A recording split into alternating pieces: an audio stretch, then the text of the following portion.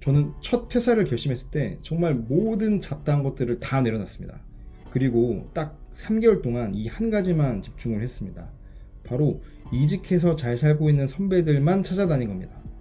뭐 대기업, 외국계, 스타트업 가리지 않고 제가 만난 선배들만 해도 50명이 넘습니다. 그분들의 얘기를 들으면서 야, 이건 진짜 임팩트 있다. 내가 이거는 꼭 써먹어야겠다 싶은 포인트들을 모두 다 노트에 정리했고 집에 와서 그거를 달달달달 외울 때까지 반복했습니다. 그렇게 3개월이 지난 시점에 대기업의 면접을 보게 되었고 면접관이 1분 자기소개서를 요청했을 때 제가 정말 놀라운 경험을 했습니다. 단 한 번도 긴장하지 않고 준비한 1분을 정확하게 전달하고 있는 제 모습을 스스로 발견을 하게 된 거죠. 저는 그 순간 이런 생각이 들었습니다. 나는 이제 면접에서는 절대 떨어지지 않겠구나. 그 후 저는 직접 면접관으로도 수백 번 앉아보고 지원자로도 여러 번 면접을 보면서 확신을 얻었습니다. 면접, 특히 1분 자기소개에는 이 합격할 수밖에 없는 패턴이 있다는 것입니다. 오늘 영상에서는 제가 그 3개월간 선배들에게 얻은 핵심과 직접 면접관으로서의 경험을 바탕으로 자기소개서를 단 1분 안에 강렬하게 완성하는 이 4가지 기술을 여러분들께 처음부터 끝까지 정리해서 알려드리겠습니다. 오늘 다룬 핵심은 이 4가지입니다. 자기소개서의 공식, 순서, 훅, 그리고 마무리 메시지입니다. 첫 번째는 자기소개 구조입니다. 자기소개에는 기본적인 공식이 있는데요. 바로 프로필, 강점, 에피소드를 넣는 거예요. 이 3가지만 넣으면 자기소개의 기본적인 틀은 완성이 됩니다. 예를 들어서 저는 어느 대학교에 어느 과를 전공한 누구입니다. 이런 말만 하고 끝내는 분들이 정말 많더라고요. 근데 이런 소개는 그냥 단순히 이력서를 읽는 것에 불과한 거죠.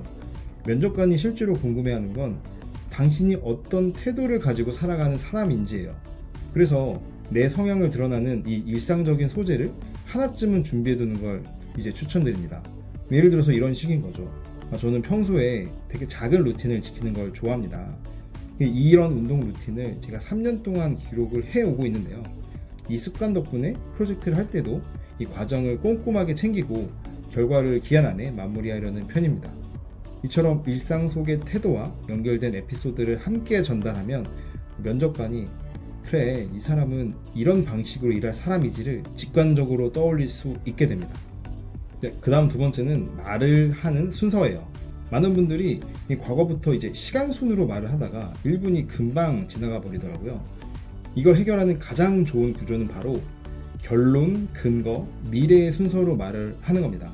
다시 한번 말씀드리면 결론, 근거, 미래의 순입니다. 네, 바로 예시를 들어보면 제 강점은 문제를 구조적으로 해결하는 능력입니다. 이제 바로 결론을 말을 했죠. 제가 동아리에서 영상을 제작할 때 그 장비 고장으로 일정이 차질이 생긴 일이 있었는데요. 일정을 재정비하고 외부 장비를 빠르게 확보해서 결국 마감을 지켰고 이 영상은 학교의 공식 채널에 현재도 최다 조회수를 기록했습니다. 이 결론에 대한 근거를 말을 한 거죠. 이런 판단력과 실행력을 바탕으로 실무에서도 유연하게 대응하는 팀원이 되고 싶습니다. 미래지향적으로 말을 하는 거죠. 짧지만 메시지가 선명하잖아요. 핵심은 처음에 한 줄로 강점을 말하고 그걸 실제 경험으로 이제 근거를 제시한 뒤에 그 강점을 미래에 어떻게 활용할지까지 연결하는 방식입니다. 다음 세 번째는 여러분들의 자소서를 돋보이게 하는 바로 훅입니다.